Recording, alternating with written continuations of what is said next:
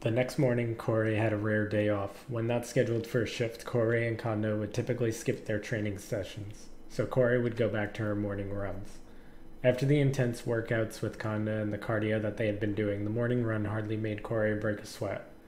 Due to the early times Corey would go out, she often made it back before Audra woke up, especially on the even rarer days when both of them were off from work. To Corey's surprise, Audra was not only awake, but also dressed and sitting in front of her laptop. She had one foot up on the chair she was sitting on and was leaning forward, intently reading an article on her laptop. As Corey got closer to Audra, she saw Zip laying next to her. Zip being up at this time was even more rare, and Corey just assumed Audra woke him up, but judging by the fact he didn't react to her entering the house, she assumed he was asleep again. Did not expect you awake already. Corey made her way over to their kitchen and grabbed a bottle of water. Got a notification on my phone. Audra didn't take her eyes off the screen, but raised her phone to show Corey. I'm assuming you got a similar one? Corey leaned over and looked at Audra's phone. There was a notification on there that read, "You are invited to the largest Welton Company fundraiser ever on Novessa." Corey immediately removed her phone from her pocket and saw the same notification. I didn't hear or feel it while I was running, I guess. An impromptu fundraiser that, if you follow the link, suggests that Mr. Welton himself is going to be there. Announced only a few hours before the actual event. Weird, right? Corey leaned against the kitchen counter only a few feet away from Audra. Weird for them, definitely. The Welton Company has always been about building hype for things, though I don't think they'll have to worry about getting a bad turnout. If the link implies Mr. Welton will be there, that means all the Welton Company big players will be in attendance. People will show. Jagger fans, Risha fans, Gargoyle fans, River fans, and Welton fans in general all in one place? What could possibly go wrong? Their fundraisers have historically been quiet and non-malicious, but with recent events, it's hard to tell what they're planning, said Corey. This could be the stage Mr. Welton wants to finally reveal he's a lot further along on this ether expansion than he made Risha tell everyone. I've been searching through articles online pretty heavily in an attempt to find out any more information about this. Audra pointed to the screen. Social media and websites are blowing up, but they're just talking about the notification itself. Before Corey could answer, there was a knock at the door. Were you expecting anyone? I called Cindy and the others the moment I saw the notification. I figured this is something we should tackle together, explained Audra. I hope that's all right. That's fine. It was the right call. Corey walked over to the door and opened it. Standing outside was Cindy, Tor, and Saji. We got here as soon as we could, said Cindy as they made their way inside. Cindy told us about the invitation. Tor lifted his phone. I got one too. Commotion finally woke up Zip, who rushed over to Corey and ran around her, before running to Saji. Saji knelt down and pet Zip as she spoke. If the Welton Company is gathering in a place that will draw a large number of people on Novessa, it could be dangerous. I doubt the Weltons would do anything to harm anyone. This is definitely a publicity stunt and an opportunity for Mr. Welton to reveal his company's big plans for Novessa, said Corey. Problem is if Mavis does anything. But now we know Mavis is working with Mr. Welton, said Cindy. Do you really think he'll take this opportunity to hurt anyone? Hard to tell what they're planning at all. Corey folded her arms. She felt weird being in front of everyone and not wearing a suit. Even if Mr. Welton and Mavis are working together, I wouldn't put it past them to have Mavis do it. I wouldn't put it past them to have Mavis doing a planned attack. Like a fake one, asked Audra. Just to show Novessa they need the Welton Company more than they thought. Possible, added Saji. We still don't know who is playing who. We know Mr. Welton and Mavis are working together, but I think it's safe to assume one still intends to double-cross the other. There was another knock at the door. Are you expecting someone else? Asked Corey. No, everyone is here, said Audra. Corey hesitantly approached the door this time. When she opened it, Lieutenant Kondo and Trey were standing outside. What happened? Asked Corey. I assume you got the notification, said Kondo. Can we come in?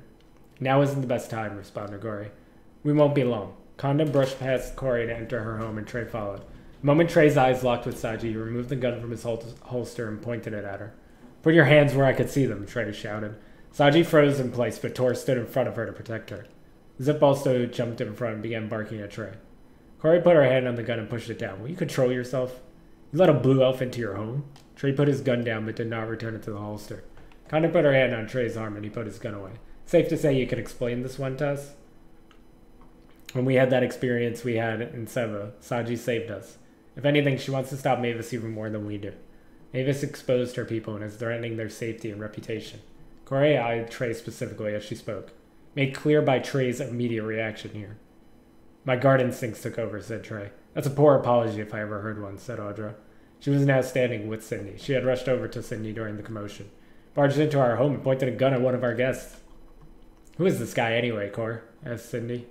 "He's my new partner. Captain Fair thought I needed someone with me in case the Weltons or Mavis come after me. Trey's an elite guard officer who specializes in magic-based crimes."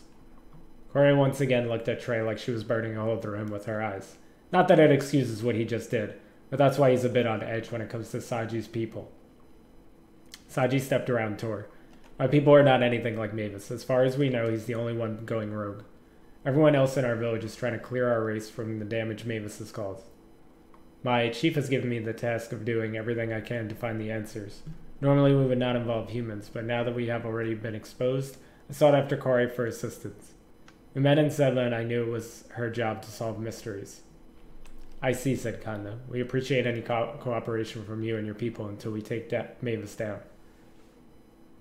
"It's a bad idea," said Trey. "This could be what they want."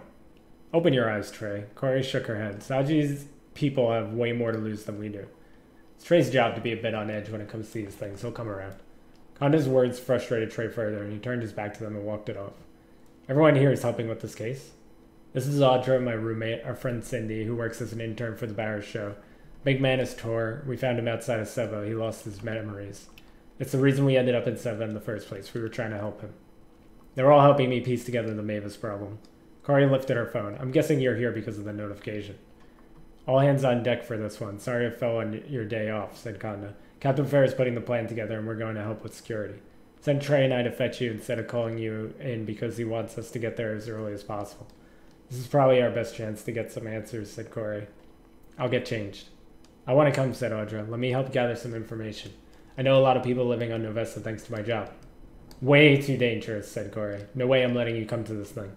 I'll just stay with Tora and Saji. They'll protect me." Audra looked at Tora as she spoke. It will be fine." "Saji shouldn't even go," added Corey. "Unless we can give her a really convincing disguise, I think having her there will cause more problems." Kondo looked behind her at Trey. "Captain Fair already told me that I'm running perimeter," she said. "Saji can ride with me. We'll keep an eye on everything from the outside and only step in if we're needed. I'll make sure Saji flies under the radar." Kondo's surprised, Trey did not respond in protest. "I'll head to work and see if the Barrows show is planning to attend the event. I'll text Audra if I find out anything," said Cindy. "Then we'll know what we're doing." Then we all know what we're doing," said Kondo. "Corey and Trey will handle security on the inside. Saji and I will stay on the perimeter. Tora and Audra will gather intel from the crowd. Meanwhile, Cindy will hopefully be able to gather some information from the media standpoint." "Sounds like a solid plan," Corey nodded to Kondo. "It's impossible to know when Mavis will strike, but this seems like too good of an opportunity for him. Once he makes his move, we'll be ready."